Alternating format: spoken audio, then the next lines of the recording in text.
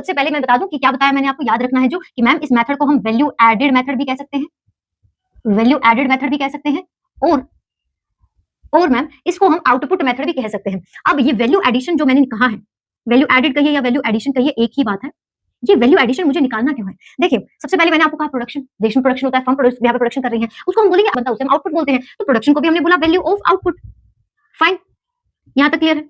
अब आप बताइए, मुझे मेरी इनकम पता करनी है, तो मुझे अपने इनपुट्स को यहाँ से माइनस करना पड़ेगा, because that input is not any way my contribution, right? तो इसमें से आप क्या माइनस करेंगे? इसमें से you will deduct your intermediate consumption. क्या हर फर्म यहाँ पे प्रोडक्शन करती है? जवाब क्या है? No ma'am. तो बच्चे, ऐसी फर्म्स जो यहाँ पे कोई प्रोडक्शन नहीं कर रहे हैं, तो आउटपुट क्या जीरो है? नहीं भाई, उनका आउटपुट जीरो नहीं है, बल्कि वो यहाँ पे सेल को ही हम यहाँ पे क्या कंसिडर किया जाएगा, उन्होंने जो भी सेल या रेवेन्यू जो उन्होंने जनरेट किया होगा, उसी को हम वैल्यू ऑफ आउटपुट कंसिडर कर लेंगे। क्या सारी यूनिट्स हमारी बिकती हैं किसी भी फर्म की?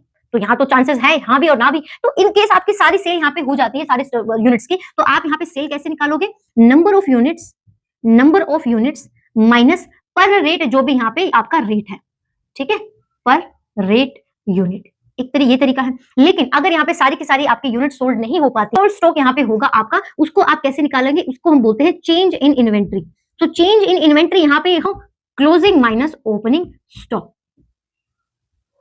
फाइन, पे जो सेल है वो आपने डोमेस्टिक कंट्री के विद इन करी है, और कितनी यहाँ पे ऐसी सेल है जो आपने बाहर यानी कि एक्सपोर्ट करी है टू फॉरेनर्स। तो कैसे भी तरह की सेल गिवन हो, उससे आपको घबराना नहीं है, आपने दोनों को ही ऐड कर देना है, ठीक है। इससे हमारा कैलकुलेट होने वाला है GDP at market price. Sector, secondary sector output और आपका टर्शरी सेक्टर का वैल्यू एडिशन या फिर आउटपुट आपको दिया हो, तो ऐसे केस में आपको ये फॉर्मूला यूज करने की जरूरत नहीं है, आप डायरेक्टली इन तीनों को यहाँ पे एडिशन करिए and then you will have a GVA at market price. इसको आप ग्रोस को नेट बनाने के लिए हमें क्या माइनस करना होता है बच्चों? हमें माइनस करना होता है डेप्रीशिएशन।